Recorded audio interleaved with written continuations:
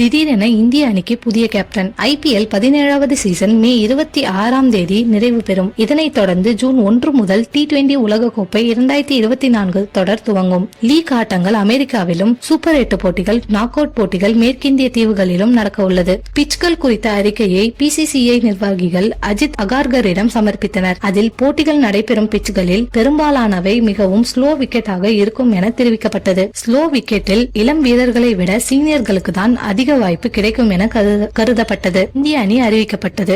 KL ராகுல் நீக்கப்பட்டுள்ளார். கேப்டனாக ரோஹித் சர்மா, துணை கேப்டனாக ஹர்திக் பாண்டியா ஆகியோர் இடம்பெற்றுள்ளனர். T20 உலகக்கோப்பை 2024 தொடர் முடிந்தவுடனே இந்திய T20 மற்றும் ஒருநாள் அணிக்கு புது கேப்டனை நியமிக்க PCCI முடிவு செய்துள்ளது. இதற்காக ஆலோசனை நடத்தியிருக்கிறார்கள். இந்திய T20 மற்றும் ஒருநாள் அணிக்கு ஷ்ரேயஸ் ஐயரை கேப்டனாக நியமிக்க முடிவு செய்திருப்பதாக தகவல் வெளியாகியுள்ளது. ஷார்ட் பால்களுக்கு எதிராக படுமோசமாக தடுமாறும் மும்பையை சேர்ந்த ஷ்ரேயஸ் ஐயரை கேப்டனாக தேர்வு செய்ய உள்ளதாக தகவல் வெளியாகி இருக்கிறது.